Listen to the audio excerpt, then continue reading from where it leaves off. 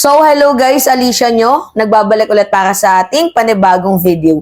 So, mga minamahal, talagang suntok na lamang po sa buwan ang makauwi pa ng bansang Pilipinas itong si former President Duterte. Lalo pat naglabas ang International Criminal Court, mga minamahal, ng kanilang panibagong statement na kung saan dito mukhang lugmok na at wala na ngang pag-asa sa tingin ko lang na makabalik pa si Digong sa Pilipinas. Biruin nyo ba naman? Yan mga minamahal, nakikita ninyo, hindi po biro yan, initial evidence versus Duterte at International Criminal Court. Over 8,500 mga minamahal ang mga pages of documents at beside almost 16 hours. Diba? 16 hours of audio video material. So, kailangan lahat yan ay isa-isang sasagutin ni former President Duterte dahil may dalawang witness. Pero alam ko na naamoy ko na I think si Edgar Matubato ang isang witness at itong si Arturo Las Cañas, if I am not mistaken, sa dalawang witnesses na, di ba, almost 1 week din na tinanong at ginawa ng affidavit itong si former President Duterte. But anyway, mga minamahal, hindi pa naman binabanggit kung sino yung dalawang star witnesses na yun. Pero, naglabas ang International Criminal Court ng news na ang initial evidence ay 8,500 pages of document, mga minamahal, at almost 16 hours na audio-video materials. Alam nyo, may kagandahan din talaga yung International Criminal Court, mga minamahal, in terms of defense. Kasi, kunyari, ako akusado.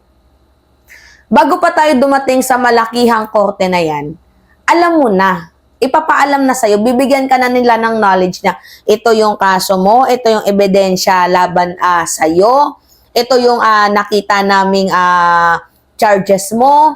So, sa madaling sabi, before pa kayong magharap-harap dyan sa malaking korte na yan, ibibigay na sa'yo. May knowledge ka na patungkol sa mga kaso mo. Dito kasi sa Pilipinas, di ba, wala namang ganong batas Hindi naman ganon yung sistema natin, di ba? Na kapag dumating ka na sa korte, doon mo palang malalaman na, ay, ganito pala yung yung kaso ko, ay, may ganito pala. So, aabot na naman ng another set of hearing para depensahan yung mga, yung mga inakusa sa'yo. At saka mga minamahal, balita ko din, kasi nabasa ko din dito sa article ng GMA, ito, magbabasa tayo ng article ng GMA na yan. Paliwanag ko na lang sa inyo sa madaling sabi, na yung mga ebidensyang ginamit kay Digong nung siya ay sinilbihan ng warrant of arrest, majority din pala doon ay gagamitin ng International Criminal Court laban kay Duterte. Kasi, di ba, pwede mo namang sabihin na si Digong mamamatay tao yan. Di ba, mabilis magbintang. Sobrang bilis magbintang. Pero, matawag dito, pangit naman kung nagbibintang ka ng walang ebidensya. Nahuli si Digong, na silbihan siya ng warrant of arrest because of the multi-evidences. So, yung mga ebidensya na gamit at nakalap sa kanya nang siya ay inaresto ng International Criminal Court, majority doon, mga minamahal, ay gagamitin din kung sakaling, di ba, haharap na ng trial itong si former President Duterte. So, ngayon, ito, ibang article tayo, basa tayo dito sa GMA. Yan. Sabi dyan, mga minamahal, ICC prosecutor, 2 witnesses.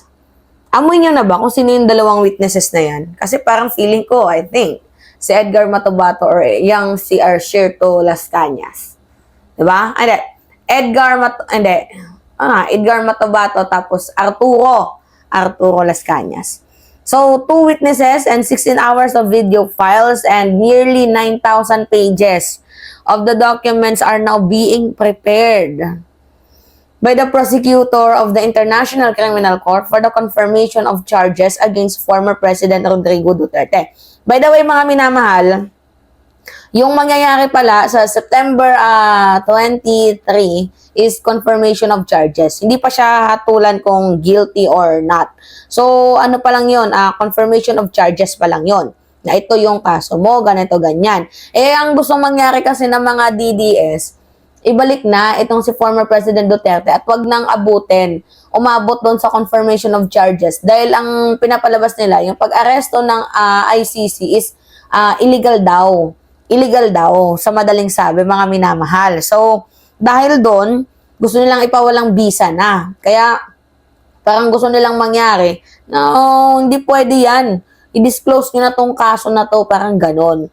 So, sabi dito, this was disclosed in the ICC prosecutor Karim Khan redacted answer to the pre-trial chamber's order seeking information on the matter related to the conduct of confirmation of proceedings. So, sabi pa dito mga minamahal, according to the document, Khan said the prosecution has collected significant volume documentary materials required legal review prior to disclosure. Uy, tama nga naman. Diba? Which include 129,358 item. Naku, ang dami.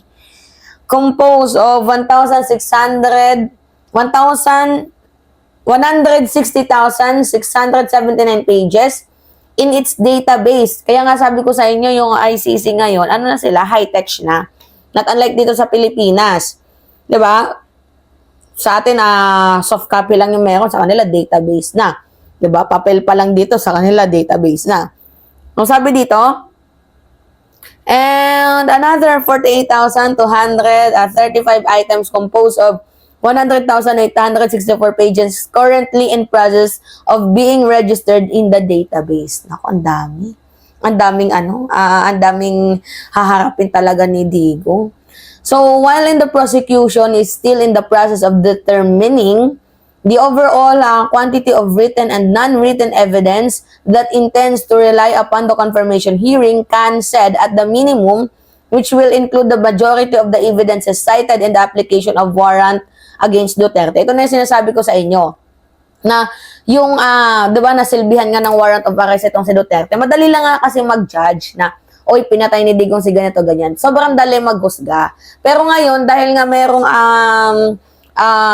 reasonable ground naman ng International Criminal Court because of the multi-evidences, tons of evidences against former President Duterte.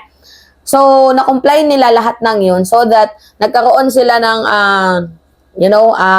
judgment na pinirmahan pa nga ng 3 judges, diba, na itong si Rodrigo Duterte ay may pagkakasala. Kaya siya naharap sa International Criminal Court at nahainan ng warrant of arrest. So, yung ginamit na ebidensya, nung siya ay hinahainan ng warrant of arrest, ay gagamitin din, mostly, diba, ng mga yun, gagamitin din sa kanya kapag humarap na sila sa confirmation of charges sa September 23, 2025. Grabe, ang tagal din nun, no? Kasi, grabing preparation din yan.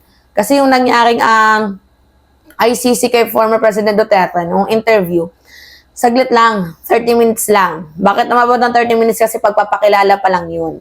Pinagsalita nga din doon si Miguel Dea, diba? So, nagsumbong pa si Miguel Dea, dami pang hanash. Pero ang sabi ng prosecutor, sige, lahat ng yan, sabihin mo sa September, diba, kapag i-confirm na yung confirmation of charges ni former President Duterte.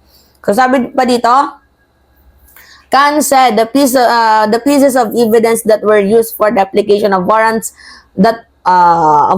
against Duterte comprised 421 pieces of written evidences with 8,565 pages, 9 photographs, 30 audio video files that are in total at least 15.55 hours long. Grabe ang haba.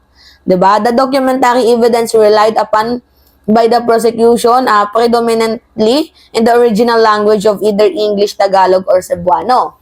So, talagang ang fair naman ng di ba? Wala silang dapat dito, ikabahala sa ICC dahil sobrang fair naman. Sobrang fair. Kasi, di ba, yung lingwahe ni Digong, kinumplay dyan, yung English niya, yung niya. So, walang talagang sobrang fair na ibinibigay dito kay Duterte. I don't know lang kung bakit galit na galit ang mga DDS dito sa ICC. Like, tinatawag pa nga nila itong yung komunistang lugar daw kasi nandyan daw si Joma. Diba? Sabi yan ni Robin. Pero anyway, mga minamahal, sinabi ko lang to sa inyo kasi suntok na talaga sa buwan na makauwi pa itong si former President Duterte sa bansang Pilipinas. Well, kung malalagpasan niya yung pinakamatinding pagsubok na yan, I think, 'di ba? Kung gaano kagaling yung kanyang mga lawyer, kung gaano kagaling mismo si Duterte mag-testify. Kasi hindi niya pwedeng sabihin na, lulo mo. Hindi niya din pwedeng sabihin na, di ba, yung hindi totoo yan, yung magjo-joke pa siya. Hindi, wala, mga minamahal. Dapat dyan, kapag nandyan ka, mag-isip-isip ka na. Hindi mo pwedeng babuyin ang ICC. Dahil pag binaboy mo ang ICC, magkamali ka lang ng isang sagot dyan, yari ka. Di ba? So, alright, mga minamahal. Hindi kasi ito simpleng kaso, ulitin ko sa inyo, yung kaso ni Digong is war crimes. Crimes against humanity, genocide. Hindi lang yan simpleng murder, hindi lang yan simpleng homicide. 'Di ba? Yan po ay crimes against humanity, malakihang pagpatay. 'Di ba? Alright. So, yung mga napupunta dyan sa ICC, may mga kasong malakihang pagpatay. 'Di ba? Anyway, mga minamahal, yun po. It's me again, Alicia Nyo, at nagbabalik ulit para sa ating panibagong video. Maraming salamat at ingat mga kababayan.